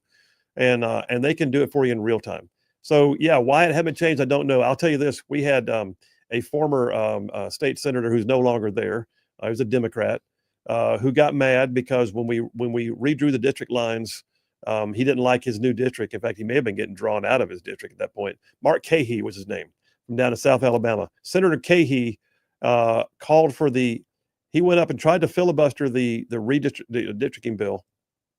That redistricting bill was, I want to say it was like 10,000 pages, because it's every street, every county, every municipality. You have to label everything about where the district lines are in the official passage of the bill. He asked for it to be read at length. A day and a half. It's a day and a half of time. I will say this: he finally, after I want to say 10 hours, he agreed to stop because he realized it wasn't going to help. We were passing that bill anyway. In fact, after that, we were by God going to pass it no matter what. Yeah. But that rule change and the sunset bills, those two things right there, you could change the order of business in the Senate if you did it. And why we can't get leadership to do it, I don't know. It's merely a rule change. Part of me, and you were down there, so you know better than me, but from the outside looking in, I almost get the feeling like if these easy fixes were fixed, then Republicans wouldn't have anything to gripe about. And it's just like, I don't know. They don't have a fire under their gut, and I don't think they're complacent and they're lazy, which we talked about over and over. But I just, from the outside looking in, it's like, well, if we fix that, then we wouldn't have anything to gripe about. No, I don't know about that. It's more along the lines of, we throw them a bone, man. They're a super minority, and so let's just give them something to hang their hat on and be able to say they fought back for a little while. And I'm like, why? We're in charge. They didn't help us much when they were in charge. In fact, some of the rules that that are so onerous were things they put in place to shut down Republicans, and it's time to go ahead and just change some of the stuff. Get this regular order of business is stymied by that, and it's not regular, and it's not. By the way, don't go back to your constituents and say, "I tell you what I did. I had them read the bill at length. I showed them." No, actually, you really didn't. You get down to it, that's clownish. Look at the time, JP. Take me to a break. All right, we're taking a break. Taking a break right now. Phil Williams, Thankful Thursday, last break of the day. You guys stay tuned. We will be right back.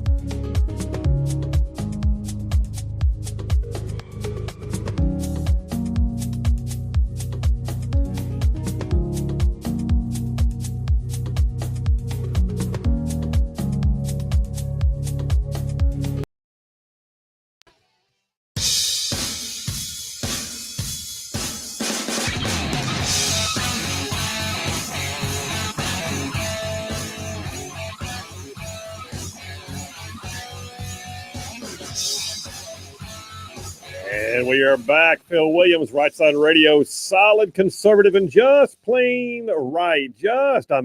Man, making common sense like a superpower, giving you all the truth you can slap on a bumper sticker. John from Huntsville has the grades in. Says Jeff Poor and Lee from Huntsville both get an A+ for their equally fantastic performances. JP and Phil both get an A++ for their equally magnificent performances, which means today's winner is Butters with an A++ because somebody sabotaged his microphone on the YouTube because I couldn't hear anything he said. So I'm going to assume it was his best performance ever. Somebody sabotaged his microphone on the YouTube? I'm still working out software kinks. My apologies. That's Oh, on me. no. Oh, shoot. I hate to hear that. All right, listen, we'll get that worked out. Thank you, John. But I appreciate you giving Butters some grace because it was not his fault. All right, let me go to the phones right now. I think he's tried to call in. It's the third time for the day. But I love the fact that he is eager to be on. That's Jeff Rowe from Indiana. Hey, buddy, how are you? Third time's a charm, I guess. There you go. We're not going to call it strike three. Yeah. We're going to call it third time's a charm. That's right. There you go. Well, what do you think about all this stuff? These judges? Oh, yeah. Phil, what is the repercussions for taking away someone's constitutional rights? Or like say in the as an example in the 2020 election, whenever judges and attorneys general and stuff like that changed the election law. Is that a felony or a misdemeanor, or how were they ever held accountable to anything? No, it depends. Depends on what we're talking about. I mean, if you're saying that someone denied someone their constitutional liberties and they're being sued for it, then it depends on whether it was criminal or civil. But if you're talking about a judge just ruling incorrectly on the Constitution, then all you can do is appeal and hope for the best, and then try to get them out of office later. Yeah, but I mean, that's why I say the example I'm trying to make here is that this was done in the 2020 election with no repercussions to anybody. Oh yeah, they just did it, and well, these federal judges are doing basically the same thing. They know what they're doing. They're overstepping their authority, and they don't have the constitutional muster to do that, even though they are doing it. And they're appointed for life, and basically you have to impeach them to get them out of office. So that means you're going to have a simple majority of the House, and you're going to have I think 2/3 of the Senate. Well, with the Democrats, with them doing what the Democrats want them to do and everything, that's not going to happen. I'll walk on water before that happens, I'd say. No, I agree with you. I mean, there's the likelihood of seeing a bunch of judges impeached it's not. But I do look at this. There are some, and we've talked about this before. There are some means by which you can basically bring a judge up for review under a judicial inquiry commission. And like, for instance, that judge out in Washington State, I think it was, California, who was an activist working for an activist organization, and now she's on the bench, and that same activist organization she worked for is the one standing in front of her fighting Trump, and she's ruling in their favor. I mean, that judge ought to be, there ought to be some sanctions on that judge for not recusing, knowing full well she had to. And I got about 30 seconds left. Yeah, ought to be and will be is two different things. That's what I say. Well, it's We're California. Going to have to put some kind of, but we're going to have to put some kind of laws in place and everything. Basically, you could disbar a judge and they still couldn't take them off their bench, I guess, because they're appointed for life. No, there's you're not going to disbar a judge and have them not taken off the bench. If they lose their bar credentials, they're no longer going to be able to maintain their status on the bench. They'll be removed for good cause at that point.